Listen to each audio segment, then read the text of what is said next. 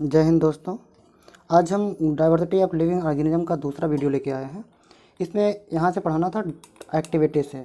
इसके पहले आप देख चुके थे कि ह्यूमन से ह्यूमन के बीच का करेक्टर क्या था। ह्यूमन से जब कंपेरिजन कराते हैं मंकी का तो क्या करेक्टर थे, जब हम काऊ से कराते हैं तो किसका करेक्टर ज़्यादा मैच करता है। ह्यूमन का ह्यूमन से कराते थे तो ज़्यादा मैच किया, फिर मंकी से कराए तो ह्यूमन ज़्यादा मैच किया और मंकी का थोड़ा डिफरेंट था। फिर जब काऊ को लेके आए तब मंकी का ज़्यादा सिमिलरिटी मिलने लगी और काऊ का ज़्यादा करेक्टर हमसे नहीं मैच कर रहे थे। तो जितना दूर तक जाइएगा उतने करेक्टर मैच नहीं करेंगे। फिर हम आगे की यहाँ पे एक्टिविटी देकर समझाने की कोशिश कर रहा है। इससे आप बात करते हैं, आपने सुना होगा देसी काऊ और जर्सी काऊ के बारे में। देसी काऊ जो पहले पाई जाती थी, अब जर्सी काऊ और आज भी हैं, दोनों आज भी हैं, लेकिन जर्सी क्या है मोस्ट पॉपुलर है। देसी गांव में पहले होती थी, आजकल लोग साहिवाल अलग अलग जिसमें ज़्यादा मिल्क प्रोडक्शन हो उसको पालते हैं।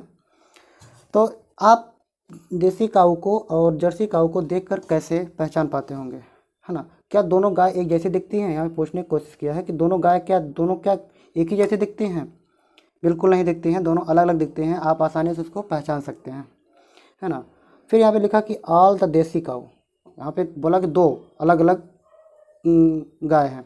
यहाँ पे बताया कि क्या सभी देसी गाय एक जैसी दिखती हैं, वो तो वही बात हो गई। आदमी और बंदर दिखाया आपको। फिर बोला कि क्या सभी जो आदमी हैं एक ही जैसे दिखाई देते हैं, तो आप बोलिएगा बिल्कुल नहीं। तो इसी तरह से सभी काऊ एक जैसी दिखाई देती हैं, तो नो। बताइए क्या जैसे गांव में है, आप चारागाह पे जाइए तो सारी गाय एक जैसी दिखेंगी? नहीं दिखेंगी। कुछ न कुछ उसमें क्या होंगे, डिफरेंस होंगे, कुछ कुछ सिमिलरिटी होंगी, लेकिन डिफरेंट ज़्यादा होंगे, उसको आप आसानी से पहचान पाओगे। फिर यहाँ पे एक क्वेश्चन पूछा है कि आप कैसे पहचान पाते हो, will be able to identify the Jersey cow. पूरे क्राउड में अगर मान लीजिए बहुत सारे देसी गाय हैं, उसमें एक जर्सी गाय है, आप उसको पहचान पाओगे? बिल्कुल आसानी से पहचान पाओगे। जो उसका करेक्टर है देसी गाय का और जर्सी गाय का, दोनों को देखोगे और बता दोगे कि भाई ये जर्सी गाय है। गाँव में देखिए, है ना। फिर that does not look like each other, दोनों एक दूसरे के जैसे बिल्कुल नहीं दिखाई देते हैं, अलग अलग दिखाई देते हैं। What is basic of our identification, उसका बेसिक आइडेंटिफिकेशन क्या है? Physical character. देसी काऊ का फिजिकल करेक्टर अलग है और जर्सी गाय का अलग है। इतना आप समझ पाए होंगे। इस दिस एक्टिविटी से, मतलब इस एक्टिविटी से वी हैव टू डिसाइड, इतना तो ज़रूर पता चल गया होगा कि कौन से कैरेक्टर को हम देखें कि हम पहचान पाएँ कि कौन सा देसी गाय है, कौन सी जर्सी गाय है। इतना तो ज़रूर बता पाइएगा। उसके फिजिकल कैरेक्टर वो कैसे हैं, देसी का शेप साइज़ कैसा है और जर्सी का शेप साइज़ कैसे हैं, किस कलर के होते हैं।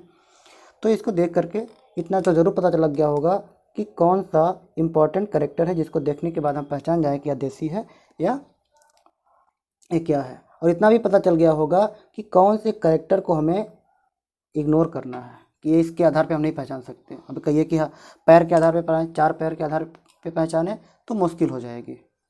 चलिए, now think the all different form in which the occur on the earth, जितनी भी रूप हैं अर्थ पे लगभग बताया जाता है कि 1.7 टू 1.8 मिलियन स्पीसीज हैं। मिलियन की बात कर रहे हैं, लगभग 17 लाख से 18 लाख स्पीसीज अभी तक नोन है टैक्सोनॉमिकली। इतने के जीनस स्पीसीज बताए गए हैं, तो बहुत ज़्यादा रूप में है अर्थ पर। दूसरी तरफ देखा जाए इनमें से लगभग कुछ छोटे हैं, कुछ बड़े हैं, कुछ ऐसे हैं जिनको आप अपने नेकेड आई से नहीं देख सकते। उनको क्या बोलेंगे? Microscopic in nature. क्या बोलेंगे? माइक्रोस्कोपिक, जिसको हम आंखों से नहीं देख सकते। वो किस नेचर के होते हैं? माइक्रोस्कोपिक इन नेचर, माइक्रोस्कोप से देख सकते हैं। और कुछ कितने छोटे हैं? वो माइक्रोमीटर के होते हैं। कैसे होते हैं? माइक्रोमीटर, जिसको देखने के लिए आपको किसकी ज़रूरत पड़ती है? माइक्रोस्कोप की ज़रूरत पड़ती है। उस माइक्रोस्कोप में आप छोटे छोटे उसको देख सकते हैं, अपने नेकेड आई से, खुली आँख से नहीं देख पाइएगा। फिर यहाँ पे बताया कि दूसरी तरफ मान लीजिए क्या है, एक बड़ी वेल है जिनको दूर से ही आप देख के डर जाएं। कुछ लोग तो देखे भी नहीं होंगे, बहुत लोग देखे भी होंगे, हम तो देखे ही नहीं हैं। और रेड वुड लगभग एक ऐसा प्लांट है जिसकी लंबाई लगभग 30 मीटर से 100 मीटर के आसपास है। सॉरी वेल की साइज़ कितनी है 30 मीटर है, जबकि रेडवुड का साइज़ कितना है 100 मीटर है। सोचिए इतनी मीटर जो प्लांट हैं ये कहाँ पाए जाते हैं, कैलिफोर्निया में। और ब्लू वेल जो है इसकी साइज़ कितनी है 30 मीटर है। तो ये बता रहा है कि इसको जो लाइफ है वो कैसी है, माइक्रोस्कोपिक भी है और बहुत बड़े बड़े रूप के भी होते हैं। ये नहीं कि जो दिखता वही लाइफ है, जो नहीं दिखता वो भी है। तो आगे बढ़ते हैं। 4000 जो बड़े बड़े प्लांट हैं इनकी लाइफ जो होती है इनकी बहुत ज़्यादा होती है। लेकिन जो बेचारे इंसेक्ट होते हैं, जैसे मान लीजिए उनके 1000 ईयर है लाइफ। पीपल के पेड़ के पौधे की लाइफ देखा जाए 2000 से 3000 साल है ना। आम का पेड़ है 100 से 2 साल की ईयर के हैं। लेकिन वहीं पे अगर इंसेक्ट की बात की जाए, वहीं पे अगर मॉस्किटो की बात की जाए, ये बेचारे कुछ ही दिन के मेहमान होते हैं, कुछ दिन बाद मर जाते हैं। तो लाइफ स्पान भी अलग अलग है सबकी, और सबकी साइज, हाइट, वेट सबका अलग अलग है, सबका रेंज अलग है। यहाँ बताए कलर भी सबका अलग है ना। Life also range from the colour से ले करके इवन वो कैसे होते हैं, ट्रांसपेरेंट भी होते हैं। वर्म जैसे आप पढ़ेंगे इसी क्लास में कार्डेटा और क्या नाम है उसका फाइलम के बारे में।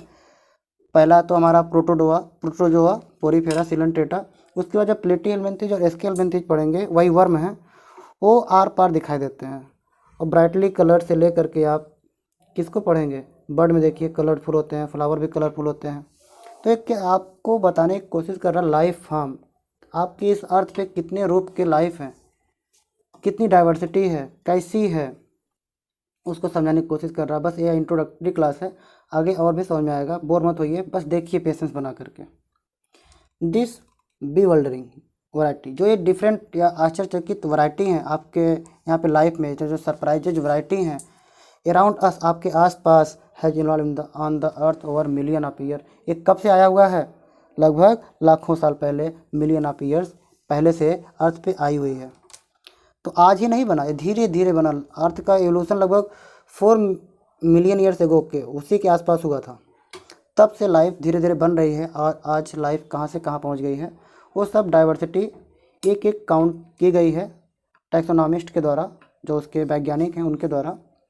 तो एक एक करके बनाया गया है, लेकिन एक एक स्टडी करना बड़ा मुश्किल है। इसी लाइन में उसको समझा रहा है कि we do not have more than a tiny fraction of this time. आपके पास आज, यहाँ पे पूरा लाइन समझिए यहाँ तक का है कि बता रहा है कि आज हम एक एक करके हम पूरी डाइवर्सिटी को नहीं पढ़ सकते हैं। उनको पढ़ने के लिए हमें छोटे छोटे टुकड़े बनाने होंगे, जिससे हम एक बार में ज़्यादा स्पीसीज को, ज़्यादा डाइवर्सिटी को कवर कर सकें। इतना बता रहा है। हमें ये नहीं करना है कि एक उठाएं, एक एक लेकर के स्टडी करना शुरू करें और सोचिए 18 लाख स्पीसीज को स्टडी करने के लिए एक एक स्टडी करते करते आपकी लाइफ ख़त्म हो जाएगी, लेकिन प्लांट नहीं ख़त्म होगा। जैसे यहाँ पे समझने की कोशिश करिए, आपकी क्लास 1 to 12 किसी स्कूल में जाते हैं, 1 to 12 का क्लास है, उस क्लास में एक एक क्लास में लगभग 100 स्टूडेंट मान लीजिए हैं। तो 12 क्लास पे टोटल स्टूडेंट की संख्या कितनी हो गई, 12 लगभग कितनी हो गई आपके 1200 स्टूडेंट हो गए। एक एक स्टूडेंट को स्टडी कराना कितना मुश्किल होगा, कितना मुश्किल होगा। उसी प्रकार से यहाँ पे 12 क्लास बना दिया गया है, जिससे कि अलग अलग क्लास में जाएं, एक ग्रुप में ढेर सारे स्टूडेंट मिलें, उनको पढ़ा सकें, उनके बारे में जान सकें। सोचिए 1200 स्टूडेंट के बारे में आप नहीं जान पाइएगा, लेकिन 12 क्लास के बारे में बहुत अच्छे से जान पाइएगा। यहाँ पे भी वही कोशिश की गई है क्लास बनाने की, क्लासीफाई करने की। किसके आधार पे, उसके करेक्टर के आधार पे। देखिए तो यहाँ पे बताया है कि आप उसके सिमिलरिटी को देखिए ऑर्गेनिज्म को, और उसके आधार पे उसको किसी अदर क्लास में रखिए, है कि नहीं। मतलब आप गए एडमिशन के लेने के लिए 1 2 3 जिसमें आपका एडमिशन लीजिएगा उस क्लास में जाइएगा। किसके आधार पे, आपके करेक्टर के आधार पे। उसी प्रकार से यहाँ पे क्या है, ऑर्गेनिज्म है, उनके करेक्टर को लीजिए, जिस करेक्टर से मैच करे उसको उस ग्रुप में रखा दिया जाए। And then study different class, और अलग अलग क्लास को स्टडी किया जाए, ग्रुप को स्टडी किया जाए एज अ होल, जिसमें सभी आते हों। In order to make relevant group to study, उससे मिलता जुलता ग्रुप बनाइए। जो आपको स्टडी करना है, जो करेक्टर मिल रहा है उसके करेक्टर के आधार पे उससे मिलता जुलता ग्रुप बनाइए। Study the variety of life form, जिसके रूपों को, जिसके लाइफ को आसानी से, जिसके ऑर्गेनिज्म को आसानी से स्टडी किया जा सके। We need to decide which character decide more fundamental different among the organism. जो ऑर्गेनिज्म में ज़्यादा करेक्टर मैच करे जिस जिस ऑर्गेनिज्म का, जैसे मान लीजिए 5 ऑर्गेनिज्म है, पाँचों का करेक्टर मैच कर रहे हैं तो इनको एक ग्रुप में रख दिया जाए, जिसका किसी तीसरे से मैच कर रहा है उसको अलग ग्रुप में रख दिया जाए। ठीक है, और बनाइए एक बड़ा सा ग्रुप जिसको आसानी से पढ़ा जा सके।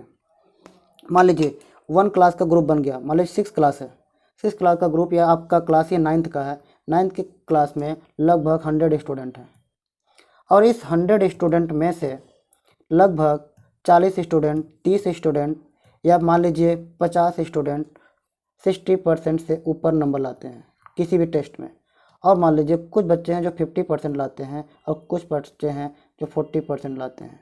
तो देखिए, आप इन बच्चों को आप एक बैच बना लीजिए, इनको बी बैच बना दीजिए, सी बैच बना दीजिए, मतलब क्लास है 6 का, इनको अलग अलग ग्रुप में बांट दिया गया क्योंकि इनका करेक्टर एक दूसरे से मैच करे। 60+ हैं, ये 50+ हैं, ये 40+ हैं, या 40 से नीचे के हैं, इनको अलग अलग सब क्लास में डिवाइड कर दिया गया।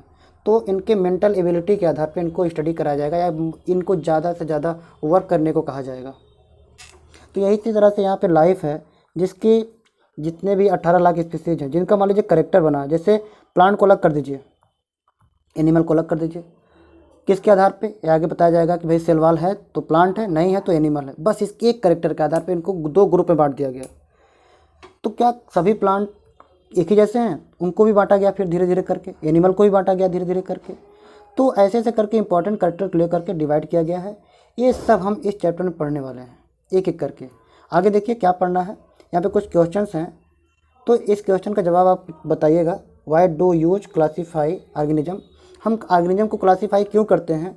आप कमेंट बॉक्स में 2-4 लाइन लिख करके ज़रूर बताइए, जिससे कि हमारा भी मनोबल बढ़े, हम और भी आगे क्लास लेके आएँ जल्दी से जल्दी और पढ़ाते रहें। इसका जवाब हम उसी क्लास में देंगे और देखते हैं कौन कौन अच्छा जवाब देते हैं।